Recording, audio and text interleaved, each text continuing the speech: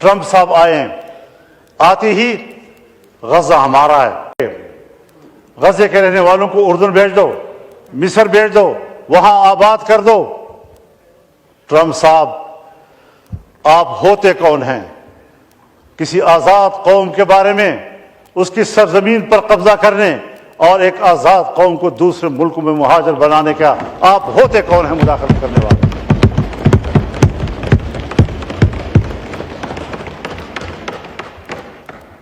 آپ کا کٹھ پتلی 15 مہینے فلسطینیوں کا قتل عام کر کے انسانی جرم کا مرتکب ہوا ہے۔ اگر صرف 2-3 شہروں میں فوجی کارروائی کے نتیجے میں قتل ہونے والوں کے پاداش میں صدام حسین کو لٹکایا جا سکتا ہے، تو اس پاداش میں جہاں نیتن یاہو کو سرعام پھانسی ملنی چاہیے تھی، آج امریکہ فلسطینیوں کے خون پر ان کو سپورٹ کر رہا ہے۔ بنیادی بات یہ ہے کہ جنگ عظیم اول کے بعد جب دنیا میں یہودی دربدر ہو گئے اور جرمنوں کے ہاتھوں پٹ گئے، تو اس زمانے میں لیگ آف نیشنز، اقوام متحدہ نے قرارداد پاس کی کہ ان دربدر شدہ یہودیوں کو جگہ دینا، ان کو اثر نو بسانا، یہ بین الاقوامی ذمہ داری ہے۔ بین الاقوامی ذمہ داری قرار دے کر صرف فلسطین کی سرزمین کو اس کے لیے کیوں خاص کیا گیا؟ تمام ملکوں سے کہا گیا کہ جہاں جہاں پر کوئی یہودی بستا ہے اپنے ملک میں ان کے لیے جگہ دو۔ کیوں کسی ملک نے ان کو جگہ نہیں دی اور سب کو اکٹھا کر کے فلسطین کی سرزمین میں لایا گیا؟ قرارداد میں کہا گیا ہے کہ کسی شہری کو، کسی یہودی کو جبراً کہیں آباد نہیں کیا جائے گا۔ قرارداد میں کہا گیا ہے کہ کسی سرزمین پر سرزمین والوں سے پوچھے بغیر جبراً ان کو آباد نہیں کیا جا سکتا۔ یہودیوں کو بھی جبراً لا کر آباد کیا گیا، فلسطینیوں سے بھی جبراً زمین لی گئی اور وہاں ان کو آباد کیا گیا۔ قرارداد میں کہا گیا ہے کہ فلسطین اوور پاپولیٹڈ ایریا ہے، یہاں مزید کسی کو آباد کرنے کی گنجائش نہیں ہے۔ اس کے باوجود اوور پاپولیٹڈ ایریا پر ان کو آباد کیا گیا۔ قرارداد میں کہا گیا ہے کہ فلسطین معاشی لحاظ سے انتہائی کمزور ہے، اس پر مزید بوجھ نہ ڈالا جائے۔ اس معاشی لحاظ سے کمزور ترین ملک پر اتنے بڑے یہودی آبادی کا بوجھ لا دیا گیا، اور آج تک یہ صرف بوجھ ہی نہیں بلکہ ان کی پیٹھ میں گھونپا ہوا چھرا ہے، خنجر ہے، جو آج بھی ہمارے جسم کو چھو رہا ہے اور ہمارے جسم سے لہو بہہ رہا ہے۔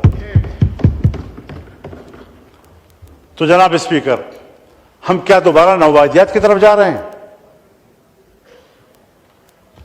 مجھے معاف فرمائیے، یہ ہاؤس ہے میرا، میں اس سے بات کرتا ہوں۔ جو کچھ پاکستان کے بارڈرز پہ ہو رہا ہے، یہ آج سے نہیں ہو رہا، 40 سال سے ہو رہا ہے، اور اگر 40 سال کا آپ عرصہ نہ گنے تو گزشتہ 20 سال سے ایک ہی علاقے پر جنگ فوکس کی گئی ہے۔ اتنی طویل جنگ ایک ہی علاقے پر فوکس ہونا، یہ جغرافیائی تبدیلیوں کی نشاندہی کرتا ہے، اور یہ وہ منطقہ ہے، پہاڑوں کا یہ وہ منطقہ ہے جو عالمی جنگ کا سبب بنا ہے۔ یہاں روس آیا، امریکہ نے پوری قوت استعمال کی دریائے آمو سے پیچھے بھگانے کے لیے۔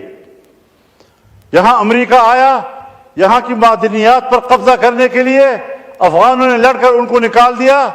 آج چائنا کی بھی خواہش ہے کہ میری رسائی افغانستان تک ہو سکے۔ افغانستان اور ہمارے فاٹا کے علاقوں میں اور خیبر پختونخوا کے علاقوں میں 2 قسم کے معدنیات ہیں۔ ایک وہ معدنیات جس کے ساتھ عام لوگوں کی معیشت کا تعلق ہے، گیس، کوئلہ، تیل، چاندی، سونا، کاپر وغیرہ وغیرہ۔ کچھ وہ پتھر بھی ہیں کہ جو خلا میں جانے والے راکٹوں اور میزائلوں میں استعمال ہوتے ہیں، جو 450 کی ہیٹ پر بھی تحلیل نہیں ہوتے۔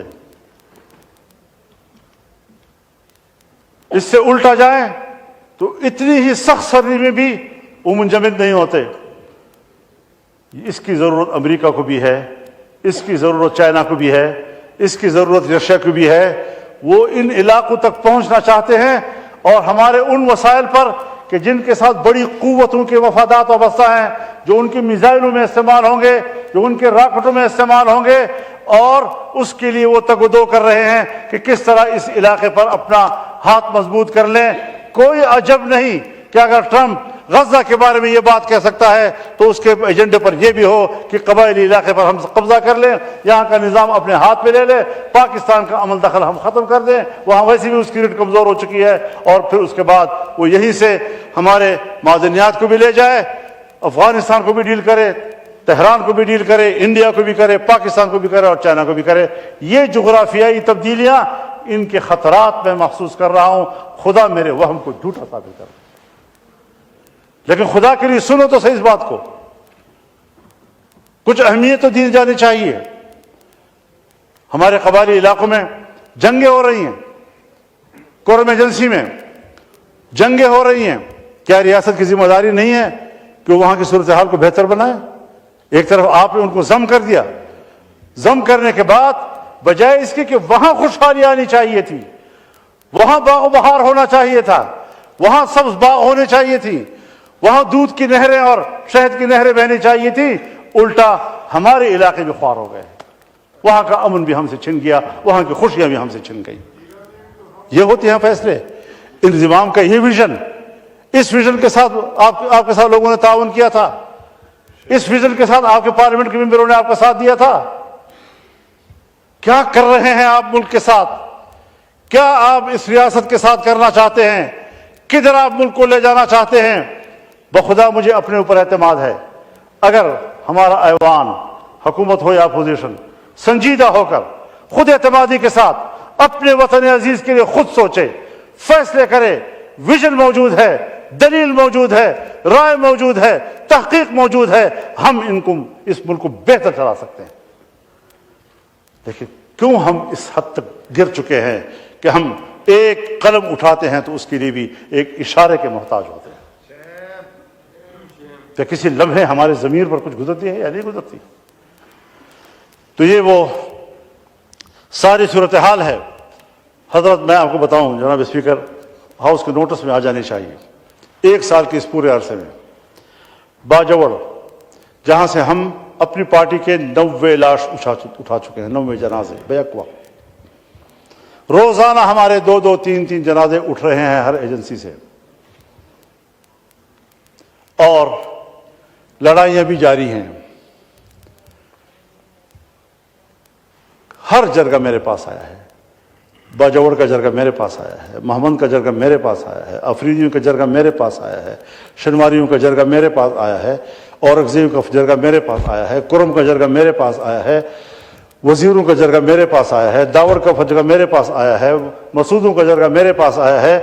ایک ایجنسی ایسی نہیں رہی کہ جن کے لوگ جرگہ لے کر میرے گھر نہ آئے ہوں.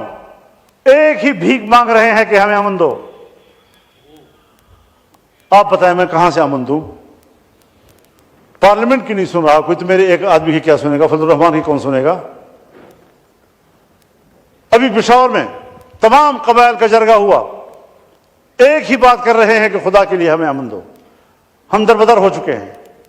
2010 سے وہ لوگ مہاجر ہیں, اپنے ملک کے اندر مہاجر ہیں, بھیک مانگ رہے ہیں. وہ قبائل جو اپنی روایات رکھتے ہیں, جن کی خواتین گھروں سے باہر نہیں نکلتی, آج وہ گلی کوچے میں بھیک مانگنے پر مجبور ہو گئی ہیں. تمہیں اپنے پشتونوں کے اور ان کی روایات کے اور ان کی عزت کا کوئی لحاظ نہیں ہے؟ تمہیں اپنے بلوچوں کی عزت کا کوئی لحاظ نہیں ہے؟ حوالے کرو صحیح لوگوں کے, تاکہ معاملات بہتری کی طرف جانا شروع ہو جائیں. ہم ملک کے لیے سب کچھ قربان کرنے کو تیار ہیں, ہم پوری طرح تعاون کرنے کے لیے تیار ہیں, لیکن معاملہ پارلیمنٹ طے کرے گی, یہ سیاستدان طے کریں گے, یہ فیصلہ کریں گے کیا کرنا ہے, کدھر جانا ہے. اعتماد کرو اپنے ملک کے لوگوں پر, سویلینز پر, سویلین قیادت کے اوپر. ہمیں اعتماد کرنا چاہیے, ملک کے ماحول کو ہمیں تبدیل کرنا چاہیے, ورنہ پھر یہی ہوگا کہ آئے روز پارلیمان میں بھی ہنگامہ آرائی، نہ کوئی مشترکہ سوچ، نہ کسی مسئلے پر سنجیدہ ڈیبیٹ، نہ کوئی معاملہ فہمی، نہ ہم اس کی طرف آگے بڑھ سکیں گے۔ جناب اسپیکر، عذراء کرم، میری گفتگو کو اپنے بوجھ نہ سمجھیے، بلکہ ذرا سنجیدگی سے ان سارے چیزوں کو لیجئے۔ میں درد دل سے باتیں کر رہا ہوں اور آپ کے نوٹس پہ لانا چاہتا ہوں، شاید کہ اتر جائے تیرے دل میں میری بات۔ خدا حافظ۔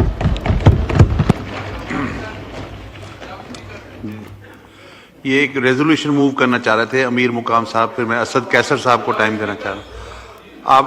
آپ بات کریں گے؟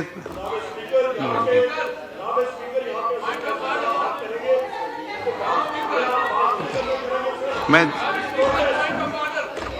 جی تاڑ صاحب کا مائک گورنمنٹ کی طرف سے جواب تو آئے گا۔ جتنی توجہ سے اور خاموشی سے بات سنی، کچھ تھوڑا ظرف اور دل بڑا کریں۔ ادھر سے بات، سر میں عرض کرتا ہوں، ایک ادھر سے بولیں ایک ادھر سے بولتے، ہم بیٹھے ہوئے ہیں۔ میں 2 منٹ یا 4 منٹ، میں کوئی آدھے گھنٹے کی بات نہیں کروں گا۔